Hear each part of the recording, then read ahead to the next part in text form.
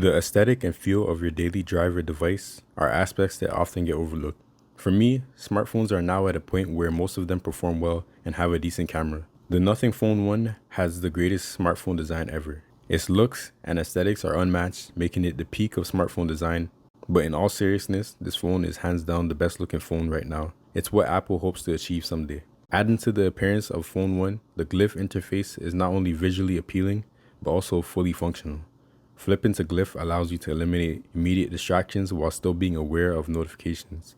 It would be great if they expanded on this and allowed you to set different patterns for different apps, but currently you can only do this for a specific context in your phone. So when they call you, you get a different sound and a different pattern, or just a different pattern in general if you turn off your sounds. The OS on the Nothing Phone 1 is very smooth and fast, especially with the Android 13 update. It's very reminiscent of Pixels, but it has a little bit more. The pop-up multitasking feature has been something that put it over the Pixel software in my opinion, which has also been improved with Android 13.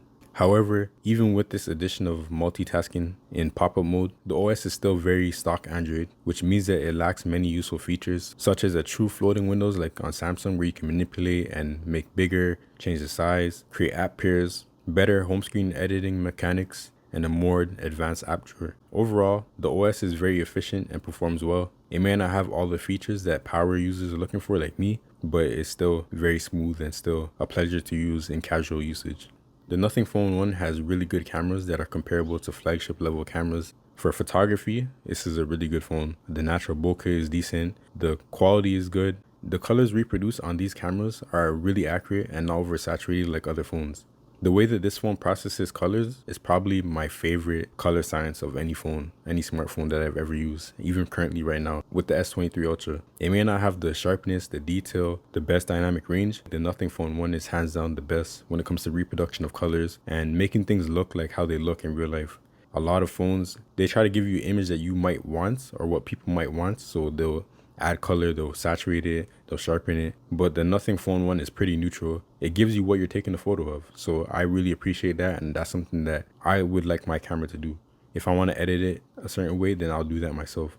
There is the option for RAW photos with this phone, and other phones have that too, but I feel like you can only do so much with the RAW from a smartphone. I'm excited to see where they go with the next phone and improving the camera system, because it's clearly not the best hardware, but the software is pretty good in my opinion. This is one of my favorite smartphone cameras that I've used so far. Video is a different story.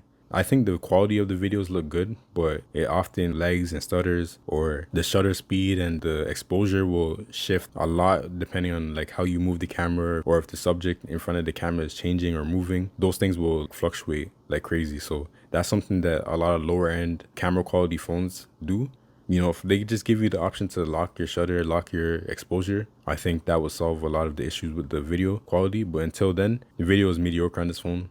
But yeah, overall, the Nothing Phone 1 is just so simple, so smooth, so buttery. The aesthetic is very clean, and just holding it in your hands, it's just a really, really, really, really, really good smartphone overall. It gives you a better feeling than a lot of flagship phones, in my opinion. I've tried many flagship phones of all different kinds, foldables, iPhones, and the Nothing Phone 1 is one of the most premium feeling phones out there, in my opinion. Performance is not there because it uses a mid-range chip. You can't play Genshin Impact at max graphics, but you can play Minecraft with a 120 FPS. You can play other games with 120 FPS with no problems. The games that I play mainly, TFT, Wild Rift, Arena of Valor, Minecraft, Terraria, you can play those games on the Nothing Phone 1 with no problems for hours. It won't overheat, it won't die too fast, it won't stutter or lag in those games, and I don't have to turn on the graphics in those games. So, in terms of power, this phone is good enough for me. I think Genshin Impact, benchmarks and stuff like that, those are the only areas where you see differences in terms of actually using smartphones. You can play the games that I play pretty comfortably on older phones that came out like 3, even 4 years ago. Maybe not at max graphics, but you can still play them. So, if you're not playing Genshin Impact, like I said, man, this phone is good for you. I've even edited 1-2 videos on this, and it was okay. I'm not going to do that so much on a mid-range phone, but it worked out fine. If I want to do that, then yeah, I got to get another phone. But before I close the video, I just want to talk a little bit about the build quality. It's a very solid feeling phone. The frame is made of aluminum. It feels premium, it feels nice, but it's very easy to scratch, so I just keep it in the case all the time, even though the phone itself is one of the best phones that I've ever had in terms of like holding it in my hand. The ergonomics on this phone are near perfection for a regular slab smartphone. It's like an iPhone. I feel like iPhone's design is really nice with the flat screen and stuff like that, the way it is right now, but the edges are pretty sharp. Whereas with the Nothing Phone 1, it's basically the same kind of flat style and boxy sides, but the edges are slightly curved over and the screen is still flat, kind of like what Samsung is doing with the Galaxy S line, but a little bit more boxy like the iPhone. And it just feels really good in your hands. Like it doesn't stab into your hand like the iPhone does. So yeah, the design, the ergonomics of it is really good. I wish there was obviously more like support for like cases and stuff like that. Durability is definitely not a strong point of this phone. But anyways, holding the phone is great. Build quality feels nice, feels premium, but it is still a mid-range phone at the end of the day. So you're gonna get certain compromises, like video not being as good, the durability not being as good, and things like that. But there's no compromises with the software, no compromises the performance and experience. The deciding factors come down to aesthetic, battery life, software experience, and ergonomics. This is the Nothing Phone 1 and why I switched back to it from other phones and how it's been since I got it. That is all for now. We out. Peace.